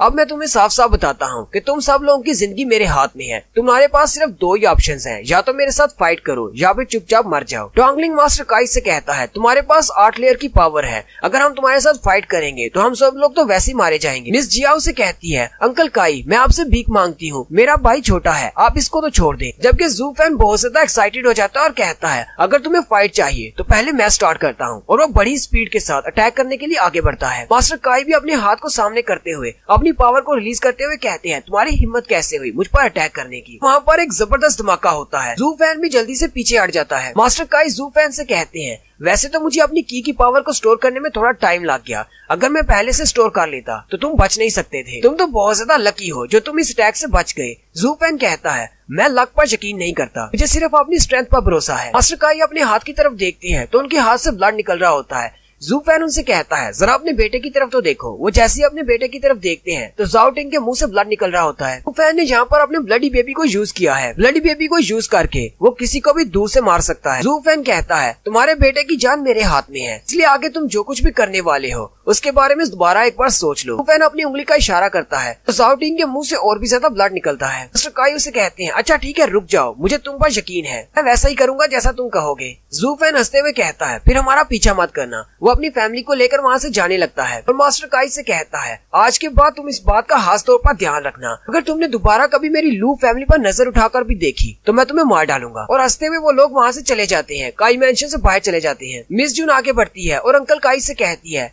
क्या वाकई में आप उन्हें ऐसे ही यहाँ से जाने देंगे? अंकल काई उसे कहते हैं मैं अपने पास्ट में बहुत ज्यादा लेजी हो गया था। मैंने अपनी मार्शल आर्ट्स की प्रैक्टिस को भी छोड़ दिया, लेकिन इसने मेरे अंदर के टाइगर को जगा दिया है। मैं इस जू फैन को नहीं छोड़ने वाला, क्योंकि ये फ्यूचर में तुम्हारी फैमिली के लिए नुकसानदेह हो सकता है। मैं बहुत ही जल्दी कोई प्लान बनाता हूँ ताकि इसे मारा जा सके। मिस जून उसे कहती है, अगर आप इसको हाथ लगाने से डर रहे हैं और अगर आप इसको अभी नहीं मारना चाहते तो मैं अपनी फैमिली से रिक्वेस्ट करूंगी, मेरी फैमिली के एल्डर्स इससे नहीं डरेंगे। मिस जून पीछे से चिल्लाकर कहती है, तुमने मेरे चेहरे पर थप्पड़ मारा है, अब तुम्हें पता चलेगा कि इंपीरियल फैमिली के साथ पंगा लेना कैसा होता है। जू फैन उन तीनों के साथ काई फैमिली के मेंशन के बाहर आ जाता है और थोड़ी देर चलने के बाद वो रुक जाता है और कहता है, मिस जिया, क्या तुम्हें 7 इंपीरियल फैमिलीज के बारे में पता है? मिस जिया उसे कहती है, तुम्हें 7 इंपीरियल फैमिलीज के बारे में जानने की क्यों पड़ी है? टोंगलिंग भी हैरान हो जाता है और कहता है, ये 7 इंपीरियल फैमिलीज कौन सी हैं? जुनहाई कहता है, हाँ सिस्टर, मुझे भी बताओ, मुझे भी जानना है। मिस जिया उन्हें बताती है, पहले हम लोग जिस सिटी में रहते थे वहाँ पर हमें 7 इंपीरियल फैमिली से कोई डर नहीं था, लेकिन अब हम लोग यहाँ पर हैं सिटी में, यहाँ पर अगर हमारा सामना किसी इंपीरियल फैमिली के साथ होता है तो हमें जल्दी से उन्हें अवॉइड करना होगा, वरना हमारे बचने का कोई चांस नहीं, चाहे इंपीरियल फैमिली का कोई बंदा हो या फिर उनकी फैमिली का कोई कुत्ता ही क्यों ना हो। टोंगलिंग कहता है, मिस जिया के चेहरे के एक्सप्रेशन देखकर तो लगता है ये 7 इंपीरियल फैमिलीज बहुत ज्यादा स्ट्रॉन्ग होंगी, इसीलिए तो ये इतना ज्यादा डर रही है। मिस जिया उन्हें कहती है,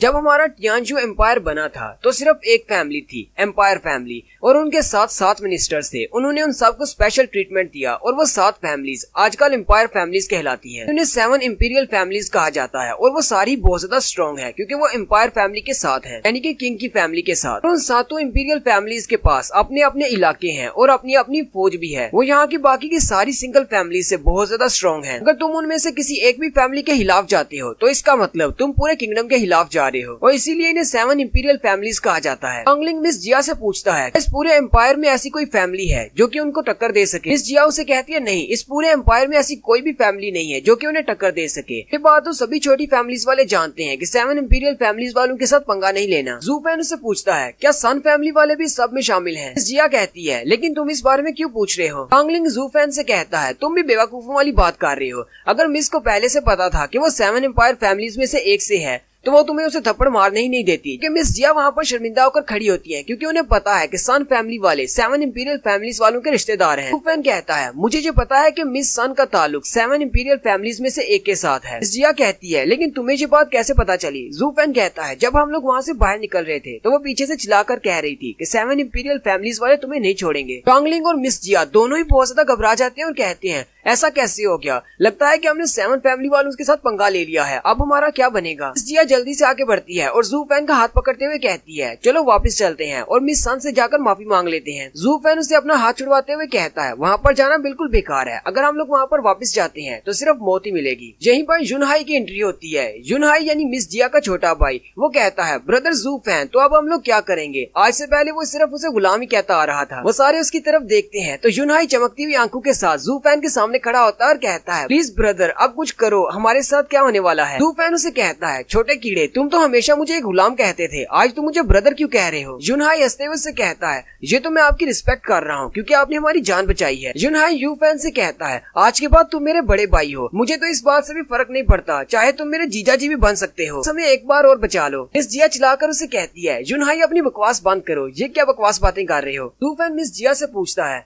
क्या यहाँ पर फैंग सिटी में 7 इंपीरियल फैमिलीज की टक्कर की कोई फैमिली है? वो उसे कहती है, हाँ, यहाँ पर एक फैमिली है, यहाँ पर एक फैमिली है जिसका नाम क्यानलोंग फैमिली है, वो बहुत ज्यादा अमीर है। 7 इंपीरियल फैमिलीज वाले भी उनकी बात सुनते हैं। जू फैन युनहाई के सर पे हाथ रखता है और कहता है, अच्छा ठीक है, चलो फिर पहले वापस चलते हैं, कल हम लोग क्यानलोंग की फैमिली के पास जाएंगे। मिस जिया उससे पूछती है, लेकिन हम लोग वहाँ पर जाकर करेंगे क्या? जू फैन कहता है, हम लोग उनके साथ दोस्ती करेंगे और उन्हें अपना साथी बनाएंगे। नेक्स्ट सीन अगले दिन का होता है। क्यानलोंग पवेलियन को दिखाया जाता है जहाँ पर 2 इंपीरियल गार्ड्स बाहर खड़े होते हैं। गार्ड्स उनकी तरफ देखकर कोई अच्छा सा रिएक्शन नहीं देते। जू फैन कहता है, इनके गार्ड्स भी बहुत ज्यादा स्ट्रॉन्ग हैं, मुझे तो लगा था ये फैमिली वाले सिर्फ स्ट्रॉन्ग हैं। जैसे वो लोग दरवाजे के करीब पहुंचते हैं, वो गार्ड्स उनको वहीं पर रोक देते हैं और कहते हैं, तुम लोग यहाँ पर क्यानलोंग पवेलियन में क्या करने के लिए आए हो? यहीं पर रुक जाओ। जू फैन कहता है, जाकर अपने मास्टर्स को बताओ कि लू फैमिली की मिस जिया उनसे मिलना चाहती है। तो गार्ड्स उसकी हरकत की वजह से गुस्सा हो जाते हैं क्योंकि जू फैन उनकी तरफ देखकर बात नहीं कर रहा होता। वो कहते हैं, इस लड़के की हिम्मत कैसे हुई दूसरी तरफ वो करते हुए हमसे बात करने की? गार्ड हंसते हुए कहता है, मैंने कभी लू फैमिली के बारे में नहीं सुना, ये कौन सी फैमिली है? तो गार्ड उनसे कहता है, मुझे नहीं लगता कि तुम्हें अंदर जाने देना चाहिए, इसलिए अभी यहाँ से वापस चले जाओ। जू फैन उसे कहता है, मुझे लगता है कि तुम्हें जाकर अपने मास्टर से पूछना चाहिए, तुम्हारे पास ये राइट नहीं है डिसाइड करने का कौन अंदर जाएगा कौन नहीं। वो गार्ड्स उसकी बात सुनकर गुस्सा हो जाते हैं और अपनी पावर्स को रिलीज करते हैं। जू फैन हंसते हुए उनसे कहता है तो कियान लोंग वाले अपने गेस्ट को इसी तरह ट्रीट करते हैं, ये तो बहुत ही डिसअपॉइंटेड मेथड है। इसी वक्त दरवाजा खुलता है और अंदर से एक नोबल लेडी बाहर आती है। ये वही लड़की है जो उस दिन बाजार में से जेड स्टोन खरीद रही थी और शॉप ओनर से कह रही थी कि तुम्हारा जेड स्टोन फेक है। वो गार्ड्स उसे देखते हुए जल्दी उसके पास चले जाते हैं और कहते हैं ये लोग यहाँ पर मसला क्रिएट कर रहे हैं इसलिए हम इनको यहाँ से भगा रहे हैं। रॉन्गलिंग जू फैन से कहता है वही ये तो वही लड़की है। उस लड़की का नाम नुई होता है। नुई उनसे कहती है अच्छा तो तुम लोग यहाँ पर विजिटर्स बनकर आए हो, विजिटर्स हमारे गेस्ट हैं, आ जाओ अंदर। साथ ही वो जू फैन से कहती है तो हम एक बार फिर से मिल गए। जू फैन भी काफी खुश हो जाता है और कहता है मैंने सोचा नहीं था कि ये यहीं पर मिलेगी, लेकिन लगता है कि अब तो हमारा काम और भी ज्यादा आसान हो जाएगा। जू फैन से कहती है मेरा नाम लॉन्ग नुई है और मैं यहाँ पर चियान पवेलियन में ही रहती हूँ। यहाँ के लीडर लॉन्ग जू मेरे अंकल हैं। मैं जान सकती हूँ कि आप लोग यहाँ पर क्या करने के लिए आए हैं। जू फैन कहता है चलो मैं पहले अपना इंट्रोडक्शन करवाता हूँ। मेरा नाम जू फैन है और मैं लू फैमिली का बटलर हूँ और ये लड़की इसका नाम मिस जिया है और ये लू फैमिली की मिस है। मैंने सुना है कि कियान लोंग वाले बिजनेस में बहुत ही अच्छे हैं और 7 इंपीरियल फैमिलीज में आपकी फैमिली को बिजनेस करने की सबसे अच्छी सेंस है, इसीलिए मैं अपनी मिस जिया को यहाँ पर लेकर आया हूँ। ये यहाँ पर कुछ बेचना चाहती है। लॉन्ग नुई उसे कहती है तुम जो कुछ भी बेचना चाहती हो उसे पहले मैं देखूंगी, उसके बाद मास्टर को दिखाया जाएगा। तो उन्हें अपने साथ लेकर अंदर चली जाती है जबकि गार्ड्स आपस में बातें कर रहे होते हैं। मुझे तो यकीन नहीं होता कि ये लड़का मिस नुई को जानता है, क्या ये दोनों आपस में दोस्त हैं? दूसरा गार्ड उसे कहता है नहीं मुझे तो ऐसा नहीं लगता और वैसे भी थोड़ी देर में वो उन्हें उठाकर बाहर फेंक देंगे क्योंकि इनके पास कोई ऐसी चीज तो होने नहीं वाली जो कि बहुत ही महंगी हो और वो खरीदने लायक हो। वो दोनों गार्ड्स हंसना शुरू कर देते हैं और कहते हैं जैसे वो उन्हें उठाकर बाहर फेंकेंगे फिर हम उन्हें अच्छा सबक सिखाएंगे, खासतौर पर उस लड़के को जो हमारे सामने कुछ ज्यादा ही फुदक रहा था। लॉन्ग नुई उन्हें अंदर ले आती है। वो सारे अंदर जाकर बैठ जाते हैं। लॉन्ग नुई कहती है तुम्हारे पास जो कुछ भी है बेचने के लिए उसे जल्दी से दिखाओ, मैं उसे पहले देखूंगी। जू फैन उसकी तरफ देखता है और कहता है ये मुझे इतनी ज्यादा होशियार तो नहीं लगती लेकिन फिर भी काफी ज्यादा अच्छी है। जू फैन कहता है हालांकि ये लड़की एक नोबल फैमिली से है लेकिन बिजनेस के मामले में ये मुझसे आगे नहीं निकल सकती। वो अपने पास से एक कागज पे लाता है और कहता है हम लोग इसे बेचना चाहते हैं। लॉन्ग नुई जैसे ही उस कागज पर लिखी हुई फॉर्मेशन को देखती है तो बहुत ज्यादा हैरान हो जाती है और कहती है ये तो वाकई में फर्स्ट लेवल फॉर्मेशन है। रॉन्गलिंग मिस जिया से कहता है कागज के ऊपर जो कुछ भी लिखा हुआ है रात को जू फैन लिख रहा था। जिया कहती है हाँ मुझे भी पता है लेकिन मिस नुई को तो देखो वो उसे कितने सीरियसली देख रही है। लॉन्ग नुई इस फॉर्मेशन को देखने के बाद जू फैन से कहती है चलो जू फैन अपनी कीमत बताओ। जू फैन कहता है मुझे नहीं पता, आप ही बताओ आप कितना रेट लगाओगी। नुई उसे कहती है मैं तुम्हें इसके 10,000 स्पिरिचुअल स्टोन्स दूंगी। बस उनके टॉन्गलिंग और मिस जिया दोनों ही बहुत ज्यादा हैरान हो जाते हैं जबकि जू फैन मुस्कुराते हुए उससे कहता है सिर्फ 10,000 ये तो बहुत ज्यादा कम है, अगर आप मुझे सही कीमत नहीं देंगी तो मैं ये फॉर्मेशन आपको नहीं बेचूंगा, हम लोग जहाँ से जा रहे हैं। मिस नुई उसे कहती है नहीं मुझे लगता है कि 1 लाख बिल्कुल ठीक रहेगा, सॉरी मैंने पहले 10,000 कहा था, वो 1 लाख कह रही थी। स्नोयू से कहती है ये तो सिर्फ एक हाथ से बनाया हुआ स्केच है, पता नहीं ये असली भी होगा या नहीं, इसलिए मेरे ख्याल में तो 1 लाख स्पिरिचुअल स्टोन्स बिल्कुल परफेक्ट कीमत है इसकी। जू फैन कहता है मुझे हंसने पर मजबूर मत करो, तुम झूठ बोल रही हो, ये बिल्कुल असली है इसलिए तुम्हें 1 लाख से ज्यादा देने होंगे। जू फैन अपना हाथ आगे करता है और कहता है जल्दी से ये स्केच मुझे वापस करो, हम लोग जहाँ से जा रहे हैं हमें ये नहीं बेचना। मिस नोयू से कहती है अच्छा ठीक है जाने की जरूरत नहीं, मैं तुम्हें 3 लाख दूंगी। जू फैन उसे कहता है नहीं मैं इसे 3 लाख में भी नहीं बेचूंगा। मिस नोयू काफी ज्यादा हैरान हो जाती है और कहती है ये तो मुझे पता है कि ये फर्स्ट लेवल फॉर्मेशन है लेकिन इसमें ऐसी बहुत सारी पिक्चर्स हैं जो मैंने नहीं देखी हुई, अब मैं क्या करूं, क्या मैं इसे ज्यादा कीमत बढ़ा दूं या नहीं। मुझे पता है कि हमारा बहुत सारा पैसा जाया हो जाएगा लेकिन फर्स्ट लेवल की फॉर्मेशन को हासिल करना ये बहुत ज्यादा इंपॉर्टेंट है। जू फैन उसे फिर से कहता है चलो आप जल्दी भी करो, मेरी फॉर्मेशन को वापस करो। नुई अपने प्लान को चेंज करते हुए मिस जिया से कहती है मिस जिया ये फॉर्मेशन आपकी 3 लाख से ज्यादा की नहीं है और इस पूरे एम्पायर में आपको 3 लाख से ज्यादा कोई भी नहीं देगा, इसलिए आप इसे मुझे बेच दे। जबकि मिस जिया को तो पता ही नहीं होता कि ये फॉर्मेशन है किस चीज की, वो बहुत ज्यादा घबरा जाती है। लॉन्ग नुई से कहती है मिस जिया फ्यूचर में हम आप लोगों के साथ और भी बहुत सारा बिजनेस करेंगे और आप लोग हमारे वीआईपी गेस्ट बनकर आया करेंगे, इसलिए जल्दी से इस पिक्चर को मुझे बेच दें। मिस जिया उसकी बात सुनकर बहुत ज्यादा खुश हो जाती है और जू फैन की तरफ देखते हुए कहती है जू फैन क्या हमें इसे बेच देना चाहिए। जू फैन उसे कहता है तुम अपना मुंह बंद रखो और साइड पर खड़ी रहो। जू फैन उसे कहता है मिस नोई मैं इस फैमिली का बटलर हूँ और सारी मैनेजमेंट मैं ही करता हूँ, इसलिए प्लीज मेरे स्केच को वापस कर दे, मैं आपको नहीं बेचना चाहता। लॉन्ग नुई से कहती है अच्छा ठीक है ये लो अपनी फॉर्मेशन वापस ले लो। जू फैन उसके हाथ से अपना स्केच वापस ले लेता है। मिस नुई से कहती है इस पूरे एम्पायर में कोई भी तुम्हें से ये 3 लाख से ज्यादा में नहीं खरीदेगा। जू फैन उसे कहता है मुझे लगता है कि शायद तुम यहाँ पर मुझे धमका रही हो कि कोई भी हमसे ये नहीं खरीदेगा। जू फैन उसे कहता है मुझे नहीं लगता कि मुझे यहाँ से जाना चाहिए, मुझे हमारे मास्टर से मिलना है, जाओ जाकर अपने मास्टर को बुला कर लाओ, फिर देखते हैं तुम्हारे मास्टर इसकी कितनी प्राइस लगाते हैं। मिस नोई से कहती है नहीं मैं अपने मास्टर को नहीं बुला कर लाऊंगी, मैंने तुम्हें कहा ना कि हम लोग इसे सिर्फ 3 लाख में ही खरीदेंगे। जू फैन उसे कहता है नहीं जाओ अपने मास्टर को बुला कर लाओ। नुई से कहती है अच्छा ठीक है मैं जाती हूँ, मैं अपने मास्टर को बुला कर लाती हूँ, तुम लोग यहीं पर रुकना। थोड़ी देर के बाद वो अपने मास्टर को बुलाकर ले आती है। उसके मास्टर का नाम लॉन्ग जियो होता है। जू फैन उसकी तरफ देखता है और कहता है मुझे लगा ही था कि यान लॉन्ग का मास्टर बहुत ज्यादा स्ट्रॉन्ग होगा और ये वाकई में काफी स्ट्रॉन्ग है। जू फैन कहता है इसकी कल्टीवेशन पावर तो काई फैमिली के हेड से बहुत ज्यादा है, यहाँ तक कि मैं इसकी कल्टीवेशन लेवल को सेंस भी नहीं कर पा रहा। मास्टर जियो आते ही सबसे पहले मिस जिया से ग्रीट करते हैं। मिस जिया भी उन्हें हेलो बोलती है। मास्टर जियो से कहते हैं तो जू फैन तुम लू फैमिली के नए बटलर हो और सारे मामला तुम ही हैंडल करते हो, चलो फिर बैठो बिजनेस डील करते हैं। मास्टर जियो जू फैन से कहते हैं